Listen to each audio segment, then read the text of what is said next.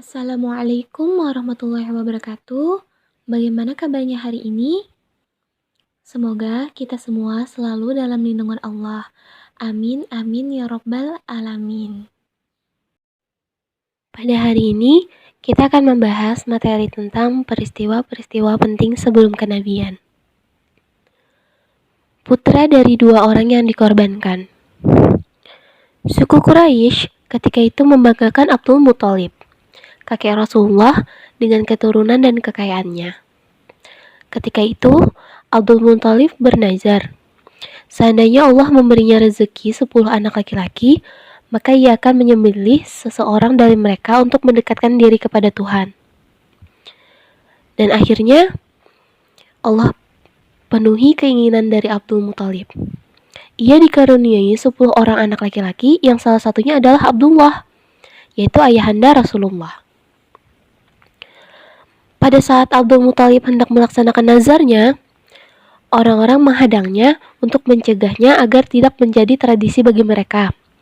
Jadi, pada saat itu, Abdul Muthalib ingin melaksanakan nazarnya, tapi orang-orang takut jika suatu hari nanti hal ini akan menjadi tradisi bagi orang-orang selanjutnya untuk menyembelih anaknya. Setelah itu, mereka bersepakat untuk mengundi nasib antara Abdullah dan 10 ekor unta sebagai tebusannya. Kemudian, mereka menambah jumlah unta ketika anak panah undian berpihak kepada Abdullah. Jadi, setiap anak panah undian berpihak pada Abdullah selalu bertambah 10 ekor unta. Sampai pada akhirnya, anak panah tersebut berpihak kepada unta yang telah mencapai 100 ekor. Akhirnya, mereka pun menyembelih 100 unta tersebut. Abdullah adalah putra Abdul Muthalib yang paling ia cintai. Terlebih setelah peristiwa penebusan itu, dan setelah dia dewasa, dan tampak pada keningnya pancaran-pancaran sinar yang tidak dijumpai pada orang lain.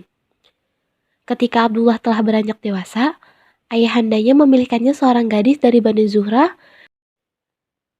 yang bernama Aminah binti Wahab, lalu menikahkan keduanya.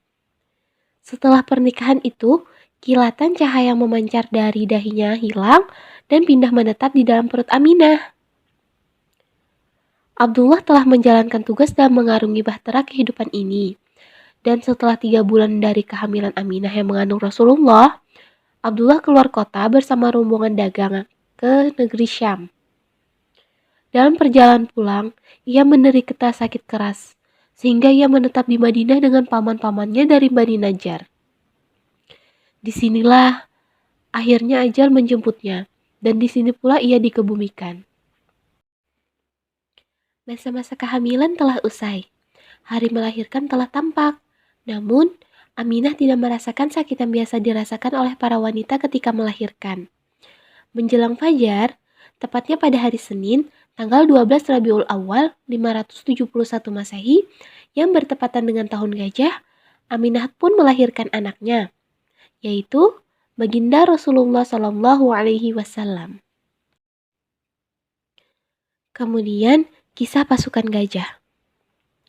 Kisah pasukan gajah adalah ketika Abraha al-Habsyi, gubernur Yaman, melihat bangsa Arab berbondong-bondong ke Mekah untuk menunaikan haji. Maka ia membangun gereja besar di sana dan ia ingin mengalihkan bangsa Arab untuk menunaikan ibadah haji di sana. Hal ini didengar oleh seseorang dari Bani Kinanah, salah satu suku Arab. Lalu ia memasuki gereja tersebut dan melumuri temboknya dengan kotoran. Jadi, Abraha al-Habsyi menginginkan ketika bangsa Arab ingin menunaikan haji, tidak perlu ke Mekah, tapi ke gereja yang dia bangun. Setelah Abraha mengetahui bahwa gereja yang dia bangun telah dilumuri dengan kotoran, Abraha berkobar marah dan segera berangkat menuju Ka'bah dengan membawa pasukan yang berjumlah 60.000 personil untuk menghancurkan Ka'bah. Ia memilih untuk dirinya seekor gajah yang paling besar, sementara pada pasukannya terdapat 9 ekor gajah.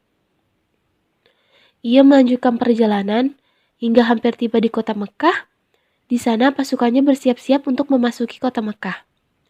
Namun, gajah-gajah tersebut diam dan tidak mau beranjak maju ke Ka'bah. Dan ketika mereka mengarahkannya ke arah lain, gajah-gajah tersebut bangkit dan bergegas melangkah. Namun, ketika mereka palingkan ke Ka'bah, gajah-gajah tersebut kembali diam tak bergerak. Seolah-olah mereka tidak ingin untuk menghancurkan Ka'bah.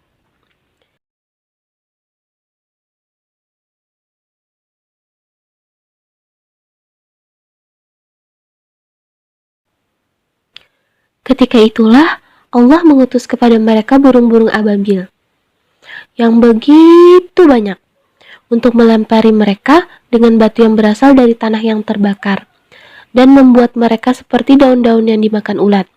Setiap burung membawa 3 buah batu, satu di paruh dan yang 2 lainnya di kedua kakinya. Mereka laksana kambing curian, dan tiada seorang pun dari mereka yang terkena batu tersebut melainkan anggota tubuhnya terpotong-potong untuk kemudian hancur. Mereka berhamburan keluar dan berguguran di jalan. Sedangkan Abraha sendiri terserang penyakit yang membuat ujung-ujung jemarinya rontok. Dan ia sampai ke San'a dalam kondisi seperti anak burung. Hingga akhirnya ia pun menemui ajalnya.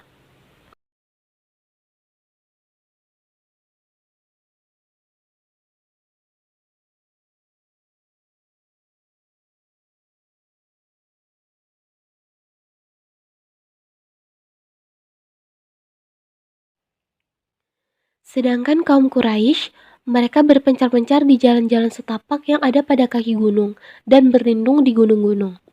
Mereka mengkhawatirkan diri mereka dari pasukan Abraha. Tak kala peristiwa itu menimpa pasukan Abraha, barulah mereka mulai kembali ke rumah mereka masing-masing dengan selamat. Peristiwa ini terjadi 50 hari sebelum kelahiran Nabi Muhammad SAW.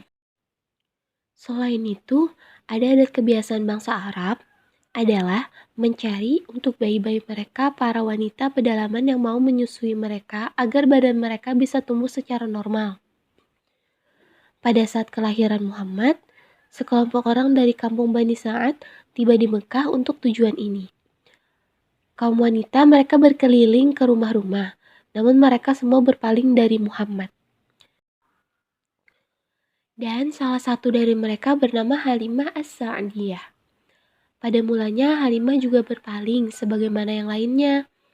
Akan tetapi, setelah ia mengelilingi beberapa rumah, ternyata ia tidak mendapatkan yang dicari dan tidak menjumpai bayi yang akan dibawa untuk disusui agar upahnya dapat meringankan kesulitan dan kekerasan hidupnya. Khususnya pada tahun paceklik saat itu. Akhirnya, ia berpikir untuk kembali ke rumah Aminah dan rela menerima anak yatim dan upah sedikit. Jadi ibaratnya daripada dia tidak membawa anak sama sekali, lebih baik dia menerima Nabi Muhammad untuk disusuinya. Pada saat itu, Halimah datang ke Mekah bersama suaminya dengan mengendarai seekor unta kurus dan sangat lamban. Sementara dalam perjalanan pulangnya, ia menggendong Rasulullah dalam pangkuannya. Namun, unta tersebut berlari dengan kencang dan semua hewan tunggangan lainnya tertinggal di belakangnya, yang membuat heran teman-teman seperjalanannya. Jadi, pada awalnya, unta yang dikendarai Halimah dan suaminya waktu berangkat ke Mekah itu sangat lambat sekali. Tapi pada saat mereka membawa Rasulullah, tiba-tiba unta yang awalnya sangat lambat begitu cepat jalannya sampai teman-teman yang lain tuh tertinggal. Selain itu, ada cerita lagi. Halimah bercerita bahwa sebelumnya puting susunya tidak memancarkan air susu sedikit pun, dan bayi yang disusuinya selalu menangis karena kelaparan. Namun, ketika Rasulullah menyedot susunya, seketika air susunya keluar dengan deras. Ia juga bercerita tentang kekeringan tanah miliknya di perkampungan Bani Sa'ad. Namun ketika ia mendapat kehormatan dengan menyusui bayi ini, tanah dan ternaknya dapat berproduksi dan kondisinya berubah total dari sengsara dan melarat menjadi senang dan berada. Pada saat itu, Muhammad menghabiskan masa 2 tahun dalam penjagaan Halimah yang sangat menyukainya. Ia merasakan dari lubuk hatinya segala sesuatu dan kondisi luar biasa yang meliputi bayi ini. Setelah masa 2 tahun, Halimah membawa Muhammad ke ibunda dan kakeknya di Mekah. Namun, ketika Halimah melihat perubahan yang terjadi pada keadaannya yang dipengaruhi oleh keberkahan Muhammad, ia memohon kepada Aminah agar menyetujui Muhammad tetap bersamanya untuk kedua kalinya. Dan Aminah pun menyetujuinya. Akhirnya, Halimah kembali ke perkampungan Bani Sa'ad dengan membawa anak yatim ini, yang melimpahkan kesenangan baginya dan mengelilinginya dengan kebahagiaan. Alhamdulillah, pembelajaran pada hari ini telah selesai. Semoga penjelasan pada hari ini dapat mudah dipahami. Semoga ilmunya bermanfaat. Apabila ada tugas, dimohon dikerjakan dan dikumpul pada tepat waktu. Sekian, terima kasih. Wassalamualaikum warahmatullahi wabarakatuh. Tetap semangat ya.